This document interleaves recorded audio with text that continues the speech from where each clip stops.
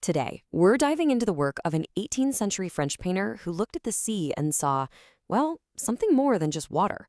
He saw a living, breathing thing. This is the story of Claude Vernet, the artist who truly painted the soul of the sea. This quote really nails it. For Vernet, the ocean wasn't just a backdrop. It was the main character, a character with moods, with emotions, and with some seriously immense power. So his paintings, they aren't just pictures of the sea, they're more like portraits of the sea.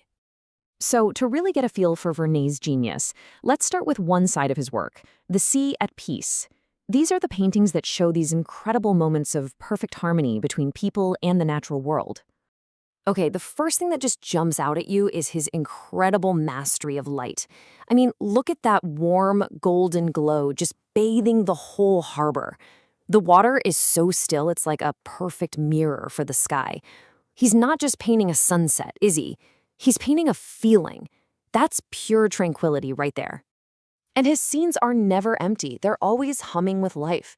Here, you can see fishermen through that soft morning mist, just going about their work. You get this sense of quiet industry, of people moving in this perfect rhythm with the ocean. It's just a moment of beautiful, beautiful serenity. So the big takeaway from these calm scenes is this feeling of harmony. The people aren't fighting nature. They're completely part of it, whether they're fishing or just talking on the shore. They exist inside this world that feels whole and at peace. But, and this is a big but, this harmony was only one side of Vernet's story. Because Vernet knew the sea had a whole other face, a much darker, much more violent one. So now, let's look at how he captured its raw, untamed power.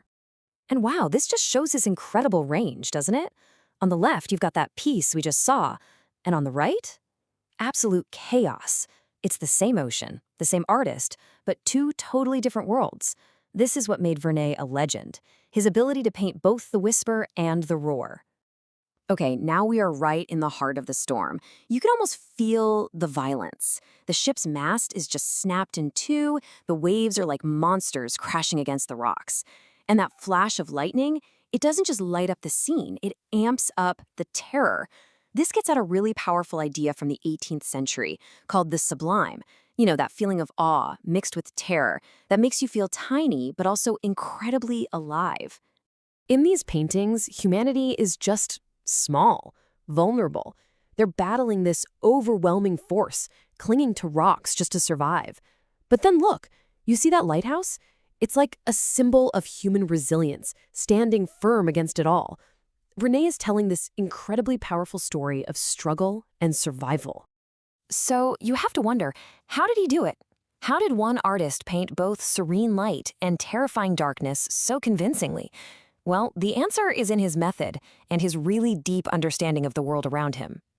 A huge part of his technique came from the 20 years he spent in Italy, where he just became obsessed with studying the unique light of the Mediterranean. He basically learned to paint the atmosphere itself, not just the stuff in it. But it wasn't just about realism.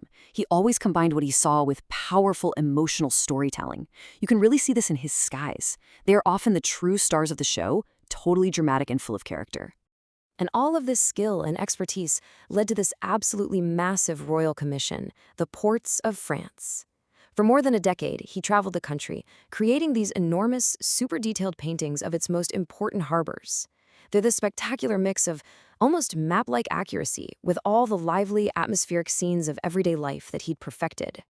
So when you put it all together, the calm, the storm, the incredible technique, you really start to see Vernet's true legacy, his ability to paint the sea as a character in its own right.